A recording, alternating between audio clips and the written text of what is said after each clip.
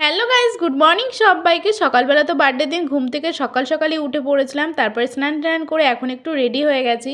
হাতে যে প্লাস্টিকটা দেখতে পাচ্ছ এর মধ্যে দিদির একটা জ্যাকেট আছে, জিন্সের একটা জ্যাকেট কিছুদিন আগেই মা কিনেছিল ওর জন্য, তো সেটা তো আর দেওয়া হয়নি। তাই আজকে ভাবলাম যে একেবারে ওর বাড়ি থেকে দিয়ে তাই আসবো। এবারে তো আমি হাঁটতে হাঁটতে বেরিয়ে পড়েছি আর কিছুক্ষণ ধরে হাঁটছিলাম, যেহেতু ও তো অনেকটা দূরে দাঁড়িয়েছিল, আমাকে কিছুটা রাস্তা হেঁটে যেতে হয়েছিল। তারপরে তো একসঙ্গে আমরা স্কুটি করে এখন যাব প্রথমে মন্দিরে। আমরা গিয়েছিলাম গোবরডাঙ্গা কালীবাড়ি মন্দিরে। তা এখানে আসার পরে দেখলাম যে অতটাও ভিড় ছিল না। তা প্রথমেই তো আমরা চলে গেছিলাম একটা ফুলের দোকানে। এখান থেকে যেহেতু ফুলের মালা টালা নিয়েছিলাম, এখান থেকে পুজোর সব জিনিসই কেনাকাটি আমাদের হয়ে গেছিলো। আর ও গিয়েছিল ভিতরে পুজো দিতে আর আমি বাইরে দাঁড়িয়েছিলাম। কিছুক্ষণ পরেই আমাদের পুজোটা নিয়েছিল। আর নেওয়ার আমি তো একটা অসুবিধার জন্য ভিতরে যেহেতু ঢুকতে পাইনি, ওই গিয়েছিল একা পুজো দিতে। যেহেতু আমরা সকাল থেকেই না খেয়েই ছিলাম, তাই আমরা চলে গিয়েছিলাম একটা ধাবাতে। এখানটা আমাদের স্টেশনের পাশে একটা ধাবা ছিল, এখান থেকে আমরা তরকারি আর পরোটা নিয়েছিলাম। তারপরে ওখান থেকে চলে গিয়েছিলাম একটা দোকানে, যেখানে আমার বার্থডে ড্রেসটা নেওয়ার কথা ছিল। আর এখান থেকে আমি আমার বার্থডে ড্রেসটা নিয়েছি। এবছর আমি বার্থডেতে একটা গ্রাউন্ড নিয়েছি, যেটা আমাকে ও গিফট করেছে। এটা এবছর ও আমাকে বার্থডেতেই গিফট করেছে। আর এটা ছিল খুবই সুন্দর আর রেড কালারের ছিল।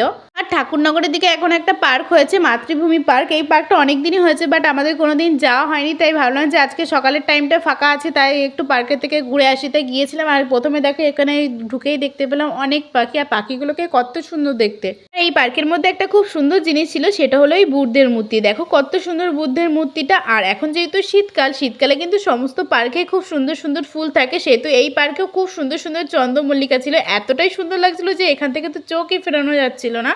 পার্সোনালি আমার কিন্তু ফুল অনেক বেশি ভালো লাগে, বিশেষ করে মেরুন কালারের যে চন্দ্রমল্লিকাগুলো হয় ওগুলো। আর এখানে দেখো কাঠের গুড়ির শেপের কি সুন্দর একটা চেয়ার টেবিল ছিল, তো এখানে আমরা অনেকক্ষণ বসে গল্প করেছিলাম। আর এই পার্কটাতে বাচ্চাদের অনেক রকমের রাইডও ছিল। দেখো এখানে কত সুন্দর একটা পুকুরের মতো করে রেখেছে, তার পাশে কি সুন্দর বাঘ টাক রেখেছে। এগুলো কিন্তু বাচ্চারা দেখলে কিন্তু অনেক হ্যাপি হয়। আমার তো এখানে গিয়ে মানির কথা ভীষণই মনে পড়ছিল, যে ও থাকলে হয়তো অনেকটাই আনন্দ করতো এখানে।